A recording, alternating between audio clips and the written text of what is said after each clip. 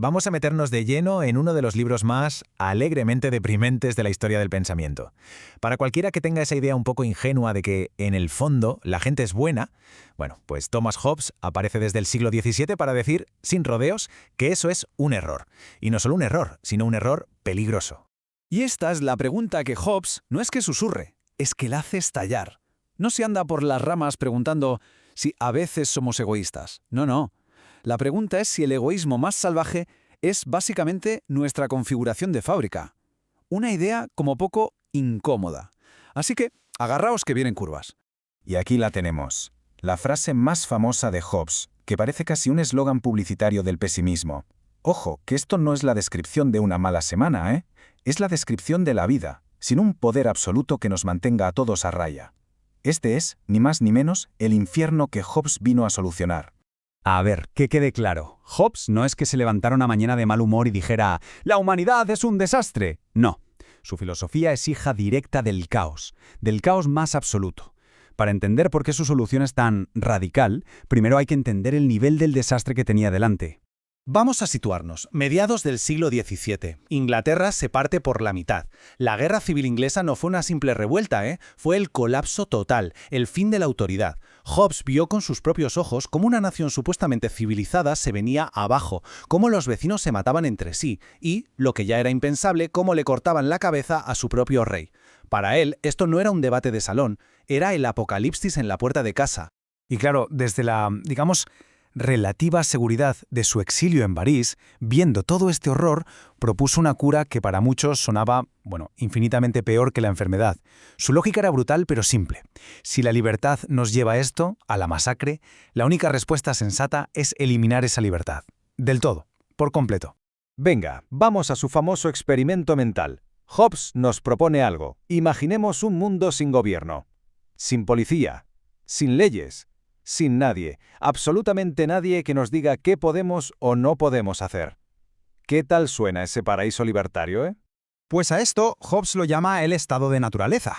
Es el ser humano en su estado más puro, sin el barniz de la civilización. Claro, para otros filósofos esto podría sonar a una utopía, a la libertad total. Para Hobbes era, y lo digo literalmente, el infierno en la tierra. Y aquí es donde Hobbes se pone fascinante, porque destroza cualquier idea romántica que podamos tener. Punto 1. Todos queremos más poder. Siempre. No hay fin. Punto 2. La igualdad no es algo bonito. Para él, la igualdad significa que el más débil puede matar al más fuerte, ya sea por listo o porque se junta con otros. Y punto 3. El motor de todo esto. El pánico.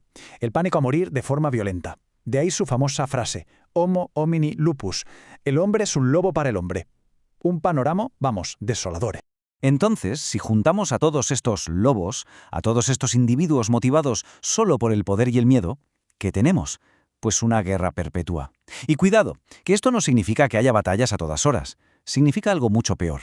La amenaza constante, el miedo continuo a la violencia, la total y absoluta imposibilidad de confiar en nadie. Jamás. Y aquí está la trampa mortal de la llamada libertad total. En el estado de naturaleza, claro que sí, tenemos derecho a todo, a coger lo que queramos, a usar a quien queramos, incluso a matar si hace falta para sobrevivir. Pero hay un pequeño detalle, y es que todos los demás tienen exactamente ese mismo derecho sobre nosotros y lo nuestro. Aquí no hay justicia, ni bien ni mal, solo hay dos cosas, la fuerza y el engaño. Entonces, la pregunta es obvia. ¿Cómo se escapa de esta pesadilla?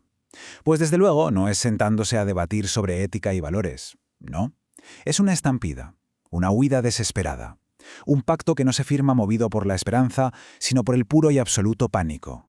Y este es un punto absolutamente crucial. La política para Hobbes no va de construir el paraíso en la tierra. Olvidémonos del sumum bonum, del bien supremo. Intentar buscar eso, dice él, es una receta para más guerra, porque nadie se pone de acuerdo en qué es lo bueno. No, la única función del gobierno es una y solo una, evitar el sumum malum, el mal supremo. Y ese mal supremo es algo universal, es simple, y nadie puede discutirlo. Es el miedo atroz a morir de forma violenta, a manos de otro. Es el único miedo que, según Hobbes, todos compartimos. Y por tanto, es la única base sólida sobre la que se puede construir una sociedad. La lógica, la verdad, es implacable. Primero, la paz es mejor que la guerra. Sentido común. Segundo, Para conseguirla hay que renunciar a esa libertad de hacer lo que nos dé la gana. Pero, y esto es clave, solo si todos los demás hacen exactamente lo mismo. Y tercero, el punto gordo. Como nadie se fía de nadie, hace falta crear un matón. Un poder tan grande y fuerte que pueda obligar a todo el mundo a cumplir el trato por las malas. Y con esto llegamos a la creación más famosa y sinceramente más aterradora de Thomas Hobbes. El garante del contrato. La solución final al problema de ser humano. Porque, claro, esa es la pregunta del millón. En el estado de naturaleza, las promesas son aire, no valen nada. ¿Qué impide que alguien rompa el pacto en cuanto le venga bien? Pues hacen falta más que palabras. Hace falta un poder que infunda un terror absoluto. Y aquí está, el Leviatán. La imagen es una genialidad, la verdad. No es un rey normal y corriente. Es un monstruo, un hombre artificial. Y si nos fijamos, su cuerpo está literalmente formado por los cuerpos de todos los ciudadanos. Todos han cedido su poder individual para crear esta fuerza imparable. Y arriba, en la cabeza, dirigiéndolo todo, el soberano. Hobbes lo llama, y la elección de palabras es tremenda, un dios mortal.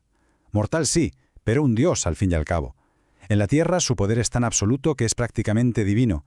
Es el único al que le debemos la paz porque su capacidad para castigar es tan inmensa que a nadie en su sano juicio se le ocurriría desafiarlo. Y cuando Hobbes dice absoluto, quiere decir absoluto, sin fisuras, sin grietas. El soberano decide que es justo, que es legal, incluso controla lo que se dice en la Iglesia para que no haya disputas. Y aquí viene la trampa legal, que es brillante. Como los ciudadanos han autorizado todas sus acciones al firmar el contrato, luego no se pueden quejar. Es un cheque en blanco. No se puede derrocar al soberano porque sería como declararse la guerra a uno mismo. Claro, esta solución, tan elegante como aterradora, plantea una pregunta bastante incómoda. ¿Hemos escapado de los lobos? Sí, pero ¿a qué precio? Y esta es la crítica que ha perseguido a Hobbes durante siglos. Porque ha diseñado una máquina perfecta para garantizar la paz, de acuerdo. Pero esa máquina es prácticamente indistinguible de una tiranía perfecta. ¿Dónde está la diferencia? ¿Acaso existe? Esta crítica lo resume a la perfección. Huyendo del lobo que era nuestro vecino, nos hemos lanzado de cabeza a las fauces de un monstruo infinitamente más grande, el Leviatán. Le hemos entregado las cadenas nosotros mismos y le hemos pedido por favor que nos las ponga. Todo a cambio de seguridad. Y al final esta es la pregunta que Hobbes nos lanza a la cara, y que hoy quizás es más relevante que nunca. Él lo tenía claro, la peor de las tiranías siempre será preferible a la anarquía de una guerra civil. La cuestión ¿es eso cierto? ¿Qué libertades merece la pena sacrificar por una seguridad total? La pregunta, la verdad, es bastante inquietante. Y ahí quedé.